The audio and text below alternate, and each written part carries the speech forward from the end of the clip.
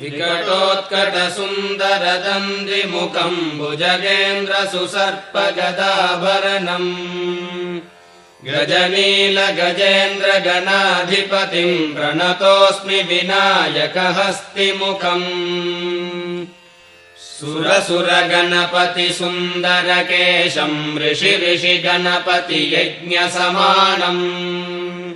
भव भव गणपति पद्मशरीरम् जय जय गणपति दिव्य नमस्ते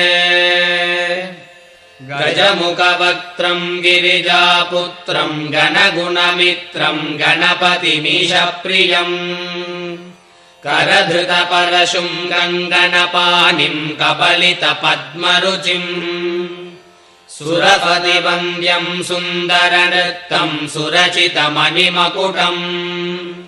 प्रणमत देहम् प्रकटित